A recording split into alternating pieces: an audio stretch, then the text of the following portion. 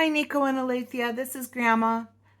I am reading I Love You the Purplest. It's Auntie Boo Boo's Isabel. It's her favorite book. This is I Love You the Purplest. Early in the evening, the brothers and their mama finished supper in the sturdy red cabin and set out to fish. Look, there's Uncle Noah and Auntie Boo Boo's kitty cat, Odin. The lake slowed its thrashing to a soft, even beat. The mosquitoes dipped low to the water, and the water bugs skittered on top. The moon glowed on one side of the lake, while the sun shimmered on the other. This was the time when fishing was best. Max exploded from the cabin, twirling the shovel in front of him. Mama came next, and then Julian. Julian shut the cabin door tightly to keep it safe from burglars and bears.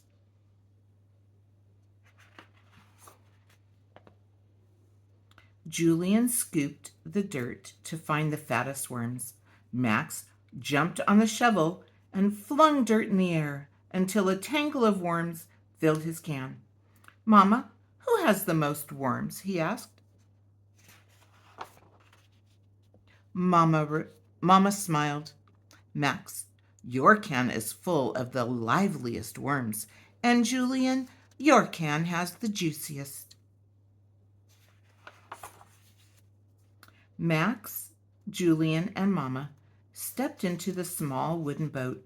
Julian took one oar, and Max took the other. Julian planted his blue boots wide and took deep, even strokes. Max braced his red boots against the ribs of the boat and stroked quickly through the water.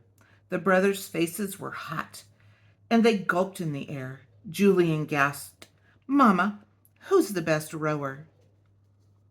So this is Max in his red boots, and this is Julian in his blue boots. Mama's eyes grew soft.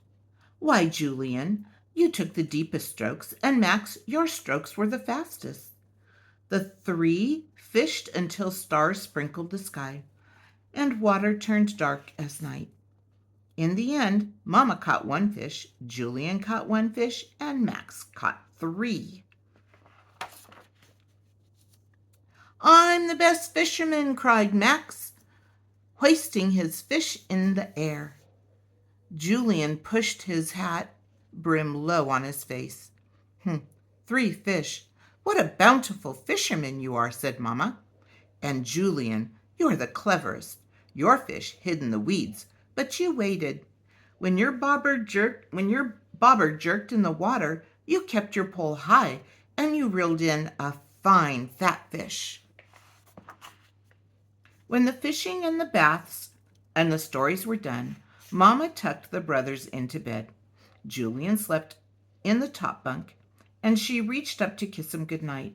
Mama, whispered Julian, his hands forming a tunnel around her ear. Who do you love the best?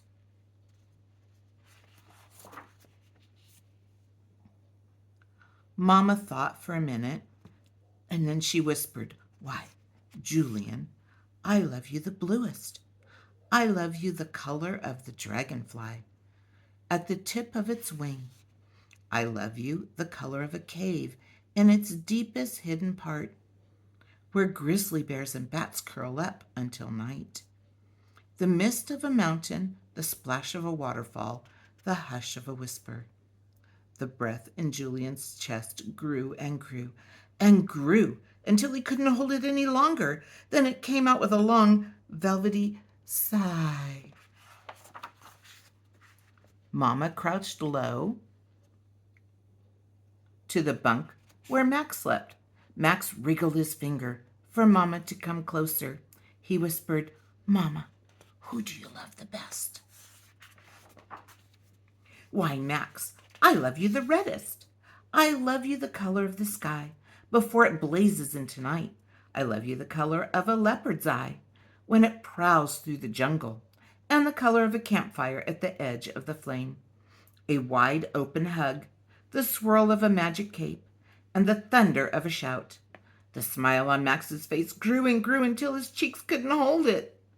Then it came out in a big, thundery laugh. Later in the evening, the brothers and their mamma slept. One in the top bunk, glowing like the evening moon, one in the bottom bunk, shimmering like the evening sun, and Mamma in the big bed, dreaming of the boys that she loved the best.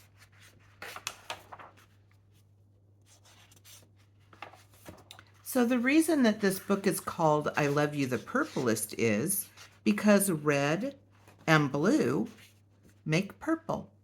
So she loves one boy the reddest and one boy the bluest, and together that makes purple. I love you guys. I will get another book for you.